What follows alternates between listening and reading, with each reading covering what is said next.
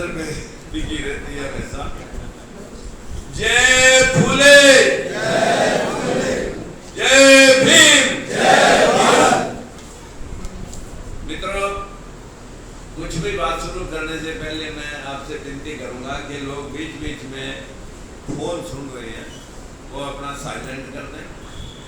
अपन कोई भीम का व्यापार नहीं करते, इनकी गाड़ी छूट जाएगी, बाद में आ जाएगी, वो बाद में सुन लेंगे। मैं कुछ बातें आपसे शेयर करना चाहता हूँ। क्वेश्चनात्मक सिस्टम है, सवाल और जवाब, क्योंकि आज हमारे पास डायस के ऊपर जो शख्स बैठे हैं, कल वो महफिल में हजारों की भीड़ की महफिल में उन्होंने अपना वक्तव्य दिया। मैक्सिमम ओबीसी लोगों की भीड़ थी। और आज मैं आपके बीच में आया हूं, जो ओबीसी लोगों की भीड़ में साहब का भाषण था वो ज्यादा मायने रखता है।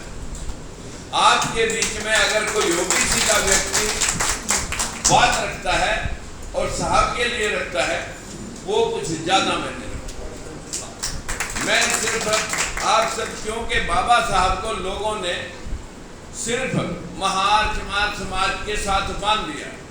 हमारा अभी वाल्मीकि समाज, धानक समाज भी अपनी अलग अलग किताब लेकर के बड़े चालाक और शातिर लोग हैं, जिन्होंने हमें फांट रखा है, जिन्होंने हमें बांट रखा है। मेरा भाव सिर्फ उसी तरफ रहेगा। आज सबसे पहले परवेज जी, निखाड़े साहब और हमारे जो आज जिसमें हमें पूजा करते हुए भी कोई संकोच ना हो, आपने इतनी कहा कि इतनी मूर्तियों में आज जान आ गई है। वो जान जिंदा दिली के तौर पे आपके बीच में हाजिर है। मैं कहूँगा भीमराव यशवंतराव आज आपके बीच में बाबा साहब के रूप में बैठे हैं, और जो भी बात आप लोग करेंगे उसकी बात को गांठ बांध करके ले जाएंगे। मेरे साथ में आए हमारी पार्टी के राजेश पंचाल जी और खड़ीक साहब और फौजी साहब, और बाकी यहाँ पर ऑडियंस जो भी भाई यहाँ पर बैठे हैं, विनती करूँगा हाथ जोड़ के कि हमारी पीठ में थोड़े कांटे हैं, SC-BC की पीठ में थोड़े कांटे हैं, ये 2 मिनट बैठ नहीं सकते, इनको बहुत जल्दी है भागने की, लेकिन साहब की बात पूरी सुननी है। और मैं भी आपके बीच में जो बात रखना चाहता हूँ कि राजनीति की बात हमारे सबसे पहले कोई भी सामाजिक मंच होगा, हमारे और जो लोग हैं, स्टेट सेक्रेटरी हैं या इंचार्ज हैं किसी बात के, वो कहेंगे भाई राजनीति की बात नहीं करनी, जबकि करनी ही हमें इकट्ठे होकर के राजनीति की बात चाहिए थी, क्योंकि राज जिसका धर्म उसका, क्योंकि धर्म से ही राज लोगों ने स्थापित किया।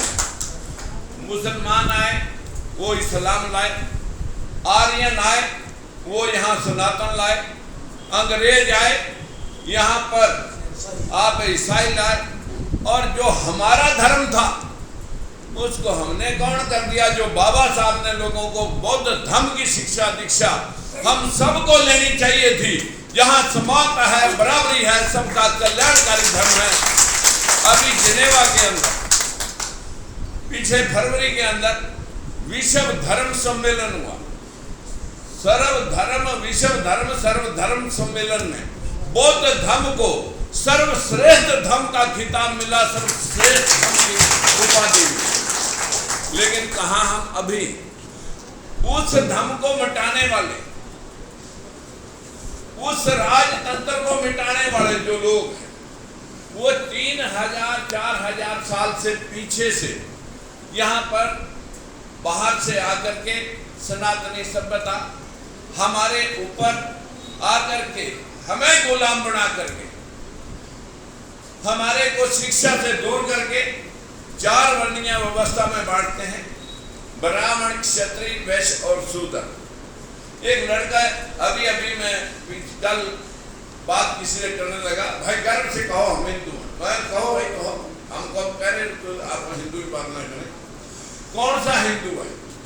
ब्राह्मण, क्षत्रिय बोले ना, वैश्य बोले ना, शूद्र बोला हाँ फिर तो शूद्र ही है 4 वर्णों में।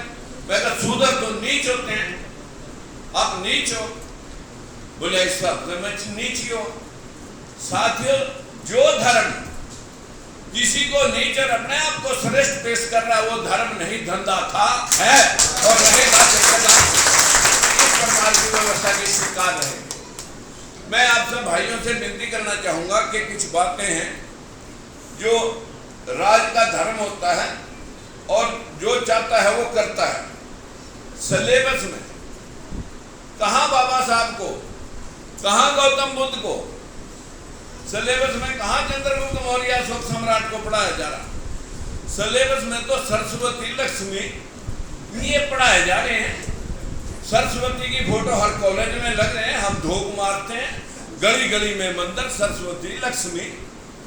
अगर सरस्वती पूजा से ज्ञान मिल जाता, लक्ष्मी पूजा से धन मिल जाता, तो सारा धन और ज्ञान इन्हीं दलितों पिछड़ों के पास होना चाहिए था और भारत के अंदर सारा धन और दौलत होना चाहिए था। America, England, Canada, Australia, German, Japan, Singapore, Malaysia, Bangkok, Dubai, इनमें तो फूटी कौड़ी नहीं होनी चाहिए थी जहां कोई ऐसी भेदभाव की जरूरत नहीं। अगर आप पढ़ लेते गुलामगिरी, अगर आप पढ़ लेते गुलामगिरी, तो आपका कल्याण 100% उस मनुवादी व्यवस्था से बाहर आप आ जाते। लेकिन मैं आप सब भाइयों से विनती करना चाहूंगा, कौन से राम की पूजा चल रही है? गुरु ग्रंथ साहब में भी कहा 4 राम है। एक राम दशरथ का बेटा, एक राम घट घट में बैठा, एक राम का सकल पसारा, एक राम दुनिया से न्यारा। कौन से राम की बात आप कर रहे हो भाई? दशरथ के बेटे की, जो लोगों ने पढ़ा दिया आपको किताब में। कौन सा है राम या भगवान? कौन है? पंच तत्व भगवान है, पंच तत्व भगवान है, जिनको हम कण कण में व्यापकता है जिनकी। आप हवा देख नहीं सकते लेकिन है, धूप देख नहीं सकते लेकिन हो रही है। आप मिट्टी को, पानी को, अग्नि को देख सकते हैं लेकिन वो भी किसी चीज को जलती हुई को देख सकते हैं, वैसे अग्नि को आप नहीं देख सकते। जो व्यापकता है, जो पंच तत्व है, जिसको हम भगवान कहते हैं, वैसे भूमि, जैसे गगन, वैसे वायु, ऐसे अग्नि और नैसे नीर, इन पंच तत्व से सृष्टि का निर्माण होता है। लेकिन हमने किन किन भगवानों को पैदा कर रखा भगवान जाने। महापुरुषों ने सभी ने मूर्ति पूजा का खंडन किया। कबीर दास, रविदास, गुरु नानक देव, गुरु गोविंद सिंह, गुरु तेग बहादुर चरखटियां पे चढ़ गए, लेकिन समाज था कि वहीं का वहीं खड़ा रहा। हमारे लोग गौतम बुद्ध को न मानते, महावीर जैन मुनि महाराज को नहीं। देश के धर्म बौद्ध धर्म, जैन धर्म थे। जैन धर्म थोड़ा सा कट्टर था, हार्ड था, कि मुंह के अंदर छिंका लगा के पैर बांधे रहे, जीव जंतु न मरे। लेकिन बौद्ध धर्म ने सरलता प्रदान की कि अगर आप कुछ करना चाहते हो, नर ही नारायण है, नर ही नारायण है। जितने भी दुनिया में लोगों के लिए जीने वाले कल्याणकारी भाव से लोगों के लिए जिए, उन्हीं को लोगों ने जाने के पश्चात जीते जी महापुरुष और मरने के बाद भगवान मानना है। चाहे कबीरदास है, चाहे रविदास है, चाहे गुरु नानक देव है, चाहे गुरु गोविंद सिंह है, और चाहे सोक्रेटिस है, चाहे ईसा मसीह है, और यहाँ तक क्या कहूँगा पैगंबर साहब को भी मैं कहूँगा। जितने भी लोग हुए, लोगों के लिए जीने वाले, उनको हम भगवान मान रहे हैं। लेकिन क्या हम उनकी विचारधारा को फॉलो कर रहे हैं? हम आज भी मूर्तियों में उनको ढूंढ रहे हैं। अगर मूर्तियों में नहीं भाई, विचारधारा में ढूंढे उनको, उनकी विचारधारा फॉलो करें। भेदभाव के खिलाफ 3 बार सत्ता छोड़ दी। भेदभाव किसके खिलाफ हो रहा था? जो निचला तबका SC और ST, OBC, बंसीलाल की सरकार में भेदभाव था। विरोध किया, पार्टी से निकाले, मंत्री पर छोड़ा। उसको हटा करके जब उसने हमारे में हटा दिया, हमने उसको हटा दिया। चौटाला आया 3200 डेप्यूटी टीचर में 70% मेरिट, निचले तबके की थी SC/BC की, वो लिस्ट बढ़ी, नई लिस्ट बढ़ी। और फिर क्या था, हमने जब विरोध किया तो साथियों 4 मुकदमे बनाए, पार्टी से निकाले, मंत्री बन गया, लेकिन तिहाड़ जेल तक छोड़ के आए। विरोध के आगे लड़ना पड़ता है, कहाँ विरोध के आगे लड़ रहे हो?